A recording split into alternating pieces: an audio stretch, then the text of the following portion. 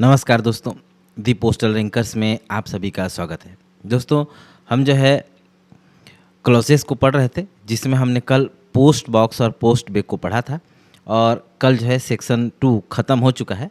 आज हम सेक्शन 3 शुरू करने वाले हैं और सेक्शन 3 जो है देखें हम तो 198 से जो है 207 तक हमें देखने को मिलता है, जिसमें ऑफिशियल पोस्टल आर्टिकल आधिकारिक डाकलेख 198 नंबर का क्लॉज है। ठीक है, तो आज से हम जो है एक नए सेक्शन में प्रवेश कर रहे हैं और उसमें हम पहला क्लॉज 198 जिसको हम ऑफिशियल पोस्टल आर्टिकल के नाम से जानते हैं, इसके बारे में पढ़ने वाले हैं।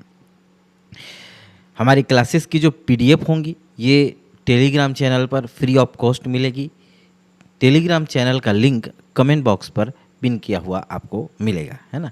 ये बिल्कुल भी फ्री ऑफ कॉस्ट है, इसका किसी भी प्रकार का शुल्क आपसे देय नहीं है।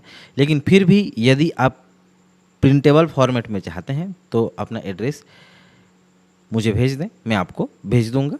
जो भी फ़ोटोकॉपी का नॉमिनल चार्ज होगा आप मुझे दे दीजिएगा। ठीक है, आइए देखते हैं क्लॉज नंबर 198 आधिकारिक डाकलेख ऑफिशियल पोस्टल आर्टिकल।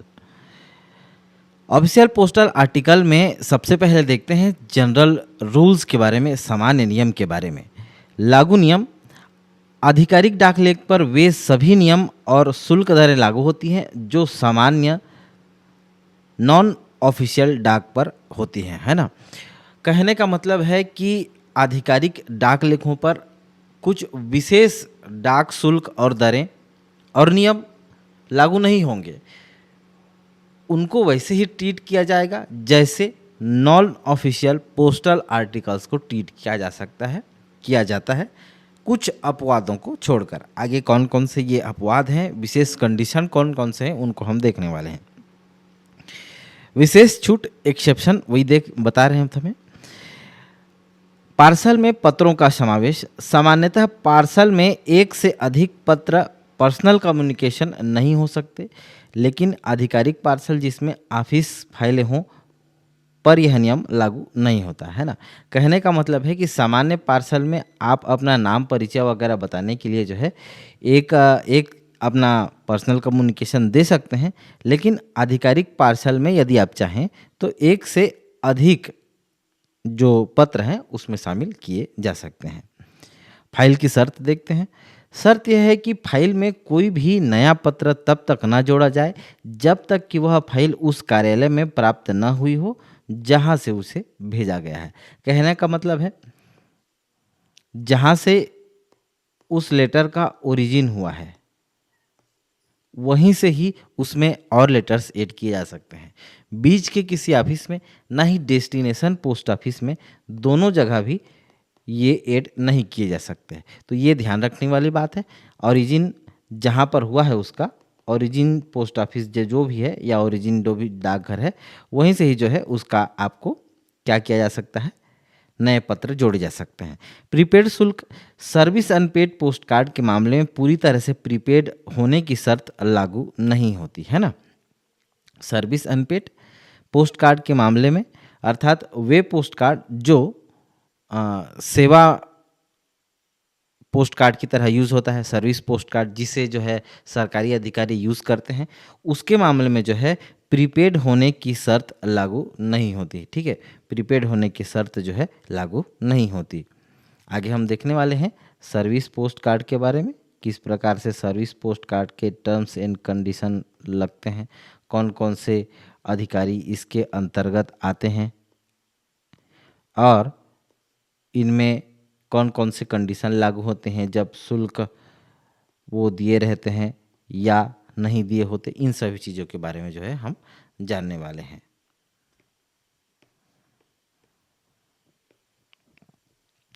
डाक शुल्क से छूट देखते हैं।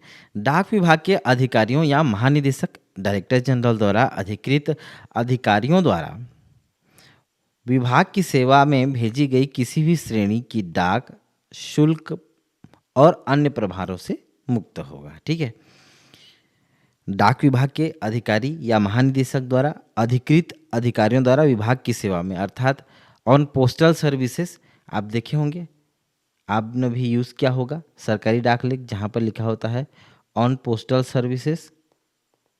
तो इसका जो है कोई चार्ज नहीं लगता, ठीक है। यदि आप बीपीएम होंगे तो आपके डिवाइस में भी देखते होंगे कि उसमें रहता है एक ऑफिशियल पोस्टल आर्टिकल। यदि आप ऑफिस के किस काम से भेज रहे हैं तो उस पर जो है किसी भी प्रकार का चार्ज आपको नहीं देना होता। विकल्प क्या है? सरकारी अधिकारी अपनी ऑफिस की फाइलों, नोट्स या ड्राफ्ट्स को अपनी सुविधानुसार पत्र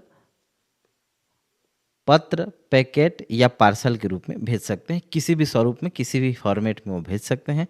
ज़रूरी नहीं है कि वो लेटर्स में ही भेजें, वो पैकेट या पार्सल के रूप में भी भेज सकते हैं, है ना।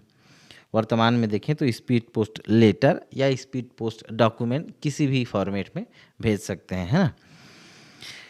अधिलेखन, सुपरस्क्रिप्शन, जो भी जैसे आप अपना लेटर भेजते हैं तो लेफ्ट साइड जो अपना आप अधिलेखन देते हैं, जैसे BPM XYZ, और यहाँ पे जो भी ये आपका सिग्नेचर वगैरह रहता है, तो इस प्रकार के जो कहना चाहिए कि अधिलेखन है आपको अपने लेटर भेजते समय करना चाहिए, ठीक है। देखते हैं क्या होता है अधिलेखन, इसके बारे में। OIGS on India government services उन अधिकारियों द्वारा जो सर्विस पोस्टेज स्टैम्प का उपयोग करने के लिए अधिकृत हैं, उनके द्वारा लिखा जाता है OIGS, ठीक है। इसके अलावा अन्य जो सर्विस पोस्टेज स्टैम्प का उपयोग नहीं करते लेकिन अधिकृत हैं, उनके द्वारा जो है ऑन सर्विस का यूज़ किया जाता है। जैसे मान लीजिए आप DGDS हैं और किसी अपने उच्चस्थ अधिकारी को आप पत्र भेजना चाहते हैं तो आप ऑन पोस्टल सर्विसेज लिख सकते हैं, है ना। आप OIGS नहीं लिख सकते।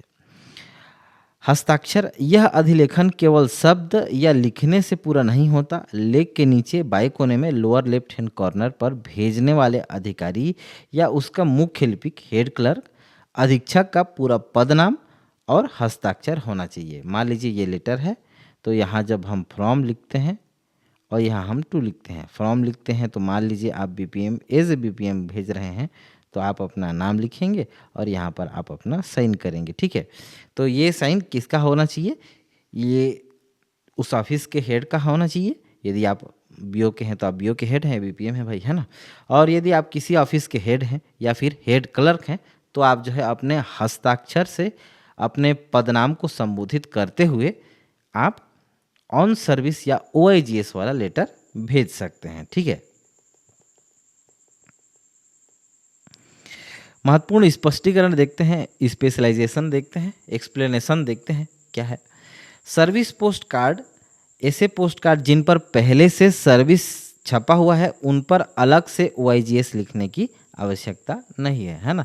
जैसे आपके ऑफिस में रखा होता है सरकारी डाक लेख के लिए लिफाफा, उस पर अलग से OIGS जो है, जो भी अधिकारी यदि उसके लिए ऑथराइज्ड है तो उसको लिखना नहीं पड़ेगा। संक्षिप्त पदनाम की बात करें तो पोस्ट मास्टर यदि पदनाम से परिचित है तो संक्षिप्त नाम स्वीकार कर सकता है, लेकिन अगर कोई अधिकारी इसकी मांग नहीं कर लेकिन कोई अधिकारी जो है इसकी मांग नहीं कर सकता तथा यह नियम यह है कि पदनाम हमेशा पूरा ही लिखा जाएगा, शॉर्ट में नहीं लिखा जाएगा, है ना। जैसे मान लीजिए SP है तो उनको जो है सुपरिटेंडेंट लिखना होगा, सुपरिटेंडेंट लिखना होगा पूरी तरह से, ना कि केवल SP, ठीक है।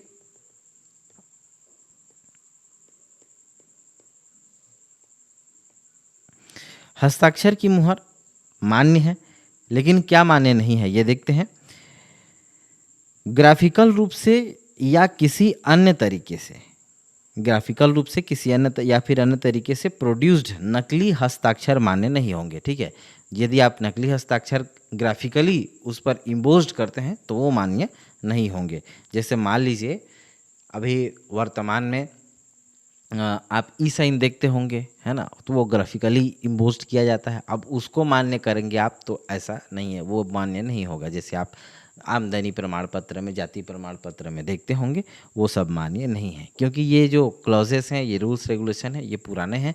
अपडेट होने के बाद शायद उनको शामिल कर लिया जाएगा, लेकिन अभी तक नहीं है। जो भी ग्राफिकली या फिर किसी भी प्रकार से अन्य तरीके से उत्पादित या प्रोड्यूस्ड नकली हस्ताक्षर होंगे, वो मान्य नहीं है। प्रिंटेड नाम टाइप किए गए या फिर प्रिंटेड नाम, प्रिंटेड नेम्स कभी भी हस्ताक्षर की जगह मान्य नहीं होंगे। ठीक है, प्रिंटेड नाम जो है हस्ताक्षर की तरह कभी भी माने नहीं जाएंगे। अपवाद देखते हैं, केवल सरकारी राजपत्र, ऑफिशियल गेजेट जो बड़ी संख्या में खुले कवर में पोस्ट किए जाते हैं, उनके लिए प्रिंटेड नाम चल सकते हैं। ठीक है, जो भी ऑफिशियल गेजेट है वो बड़ी संख्या में जो उत्पादित किए जाते हैं, उनके लिए जो है प्रिंटेड नाम चल जाएंगे। अनियमितता देखते हैं, यदि कोई लेख जिस पर OIGS या ऑन सर्विस नहीं लिखा है और उस पर सर्विस स्टैंप लगा है, तो उसे डाक विभाग द्वारा मान्यता नहीं दी जाएगी। ठीक है, यदि OIGS लिखा है या फिर ऑन सर्विस नहीं लिखा है लेकिन सर्विस स्टैंप लगा है, तो उसे जो है डाक विभाग द्वारा मान्यता नहीं दी जाएगी। वितरण और पुनः प्रेषण, रिडायरेक्शन का कार्य प्राप्तकर्ता के आधिकारिक पदनाम के अनुसार ही किया जाएगा। ठीक है, यदि मान लीजिए SP साहब भेजे हैं, तो जब उसको रिडायरेक्शन करेंगे तो भी SP साहब के नाम से रिडायरेक्शन होगा, या फिर इसको रिटर्न टू सेंडर करेंगे तो भी SP साहब के नाम से होगा। ठीक है, इसका कहने का मतलब यही है। नेक्स्ट क्लॉज है clause number 199, unpaid and insufficiently paid articles, है ना, अदत्त या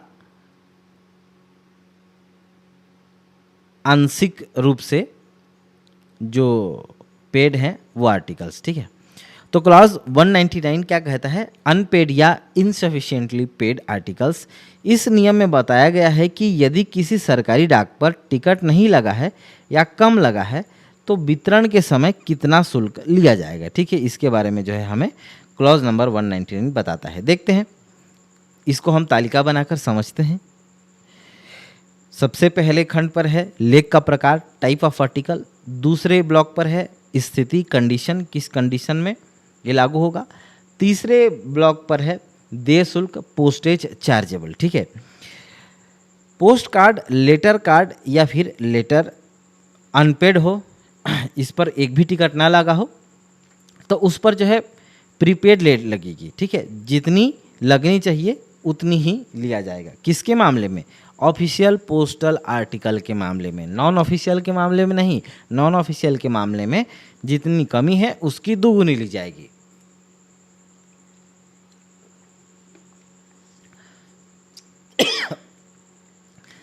इसके बाद है पोस्ट कार्ड, लेटर और पैकेट के मामले में जो है जब इनसफिशिएंटली पेड या फिर कम टिकट लगा होगा तो डिफिशियंसी की अर्थात कमी के बराबर जो है चार्ज पोस्टेज लिया जाएगा, जितनी राशि कम है उतनी ही ली जाएगी। ये किसके मामले में कंडीशन है, ये ऑफिशियल पोस्टल आर्टिकल के मामले में ये कंडीशन है। सरकारी डाक के मामले में ये कंडीशन है।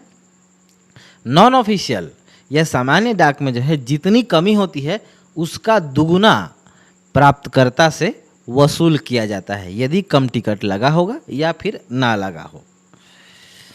विशेष नोट देखते हैं, सामान्य डाक नॉन ऑफिशियल में अदत्त होने पर डबल शुल्क लिया जाता है, लेकिन सरकारी डाक में केवल सिंगल प्रीपेड रेट ही लिया जाता है। ठीक है, पार्सल के मामले में डाक शुल्क का अग्रिम भुगतान अर्थात प्रीपेमेंट अनिवार्य है।